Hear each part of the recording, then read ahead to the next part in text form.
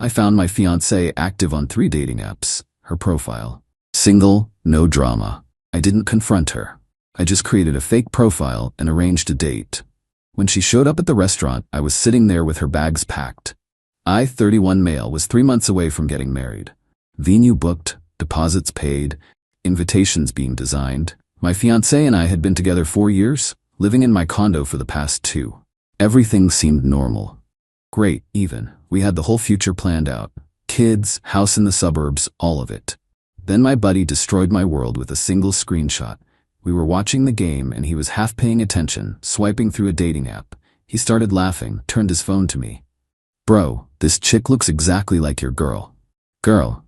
I looked at the screen. My heart stopped. It was her. Not someone who looked like her. Her. Recent photos, including one I'd literally taken of her 2 weeks earlier at brunch. Profile said she was single. No drama, looking for something real. My buddy's face changed when he saw my expression. "Oh no, dude, that's not actually." "What app is that?" He told me. I downloaded it immediately while he sat there looking horrified.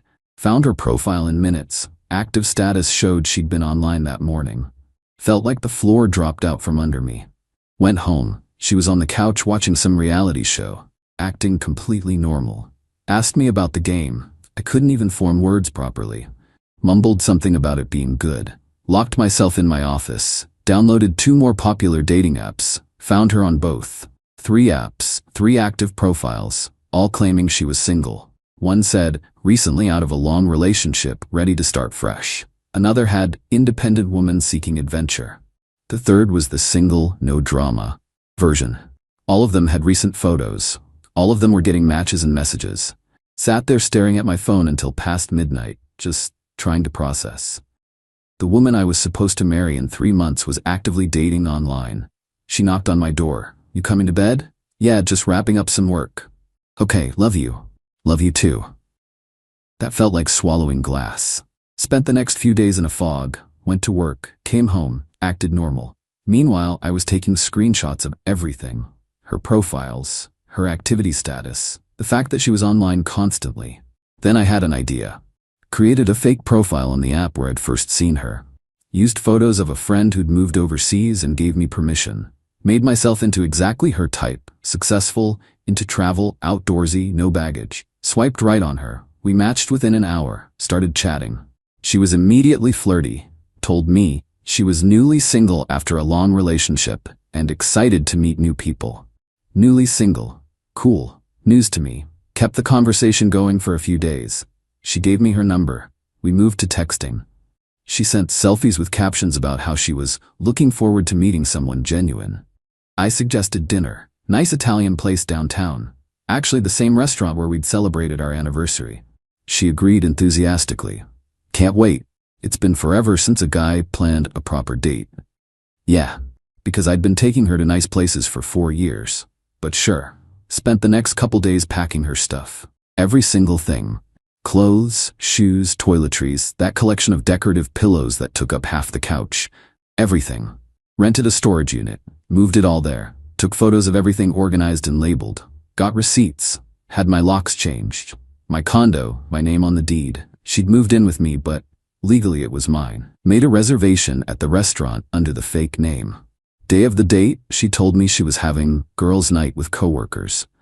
Would probably crash at her friend's place since they'd be drinking. "Have fun," I said. "Thanks, babe. You're the best." I got to the restaurant early. Talked to the manager, explained I needed a specific table with a view of the entrance. Didn't explain why. Slipped him some cash. He made it happen. Sat there waiting. Ordered a drink. Tried to keep my hands from shaking. She walked in looking incredible. Hair perfect, makeup done, wearing a dress I'd never seen before. She looked around nervously, checking her phone. I texted from the fake profile. "Just parking, be right in." Watched her face light up. She fixed her hair, checked her makeup with her phone camera. Got up, walked over. "Hey." She turned around. Her expression went from excited to confused to absolutely terrified in about 2 seconds. "What? Why are you?"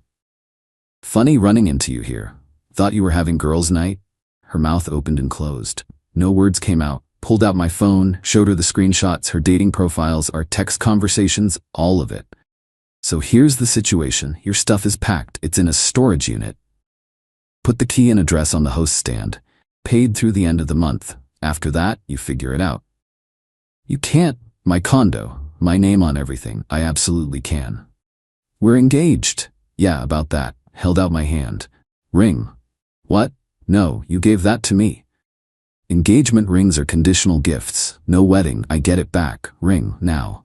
She looked around wildly. The host was pretending not to listen, but absolutely was. Other diners were starting to notice. You're doing this here? In public?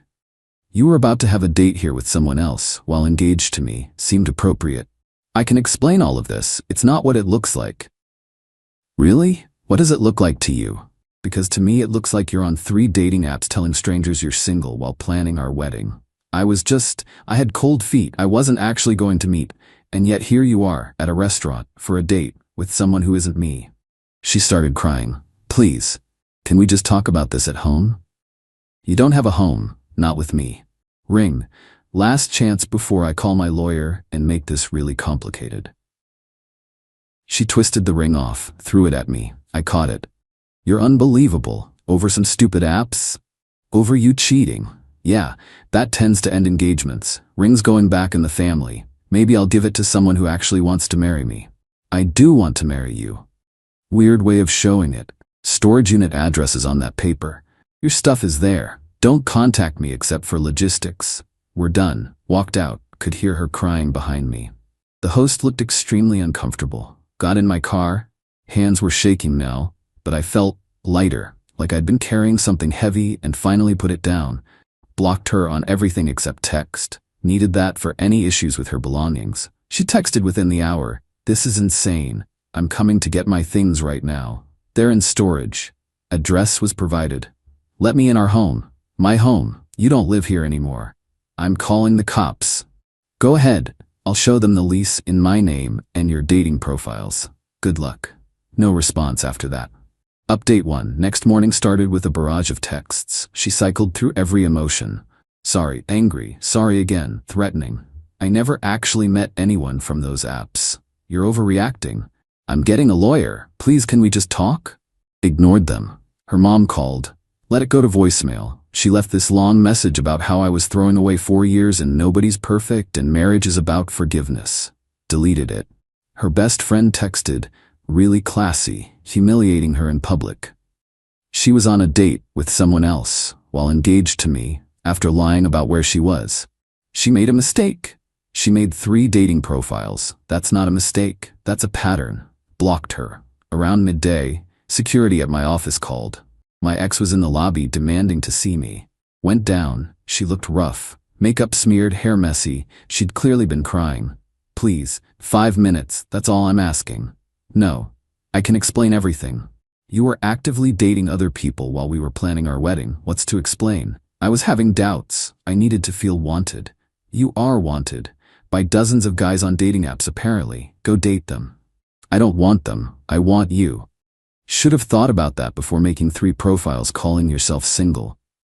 Everyone gets cold feet. It's normal. Normal is talking to your fiancé, not joining dating apps. We're done. Leave or I'm calling security. She tried to follow me to the elevator. Security intervened. Got an email from her that evening. Long rambling thing about how her therapist said it was normal to have doubts and the apps were just exploring feelings. And she never intended to actually meet anyone, except she literally showed up to meet someone. But sure. Deleted it. She came to my condo that night, rang the doorbell forever. My Ring camera caught all of it. Her yelling, crying, begging, used the intercom. What? Let me in. We need to talk.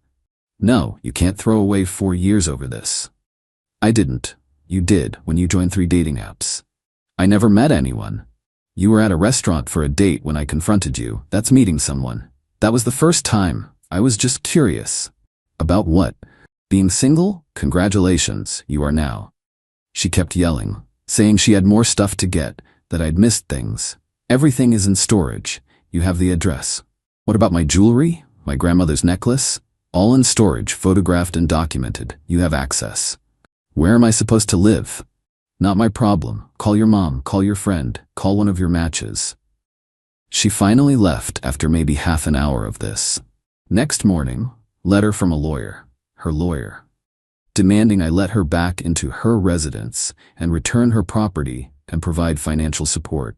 My lawyer responded same day, pointed out the condo deed in my name only, the fact that all her stuff was safely in storage she had the key to, and that we weren't married so no support was owed. Also attached screenshots of all 3 dating profiles with timestamps showing when they were active. Her lawyer went quiet after that, but she ramped up. New phone number, you kept the ring. That's not fair, it's mine. Conditional gift. No marriage, it comes back. I'm reporting you for theft. You gave it back voluntarily in front of witnesses. Try it. She actually filed a police report claiming I'd stolen her belongings. 2 officers showed up. I showed them everything. Storage receipt, photos of her stuff organized, the texts giving her the address and key, the deed showing the condo was mine. Sir, there's no crime here. She has access to her belongings. They left. I filed my own report about her harassment, the doorbell videos, the office visit, the constant contact. Document it, the officer said. If it continues, restraining order is easy. Update 2. Second week was peak chaos.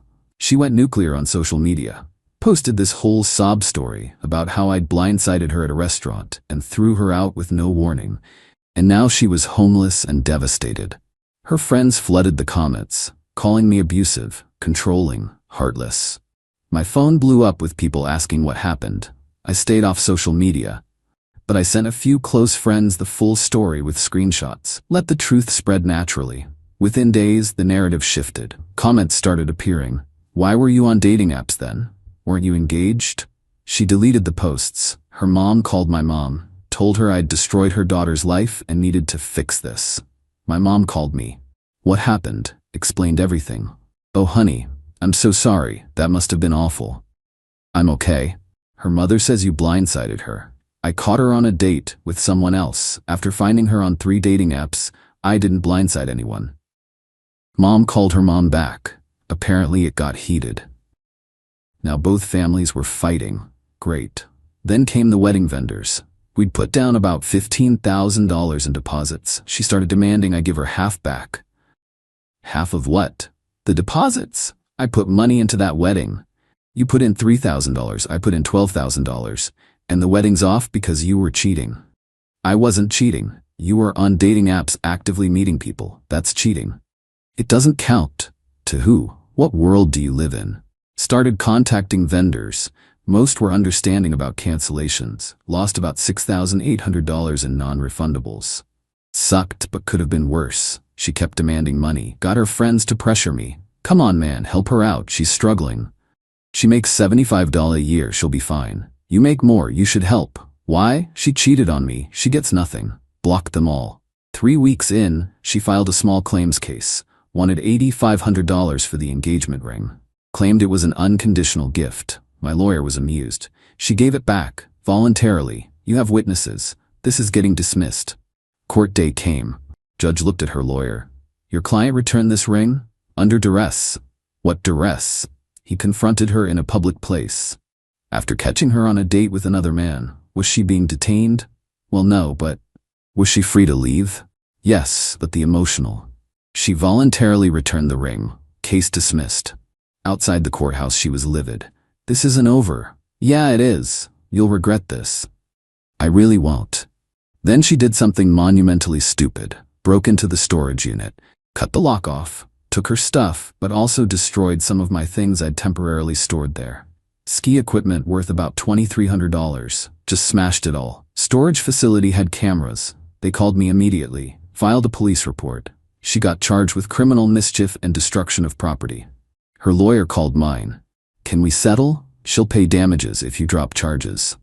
She pays $2,700 total, covers my equipment plus the lock and facility's security costs. In writing that she admits to breaking in by end of week.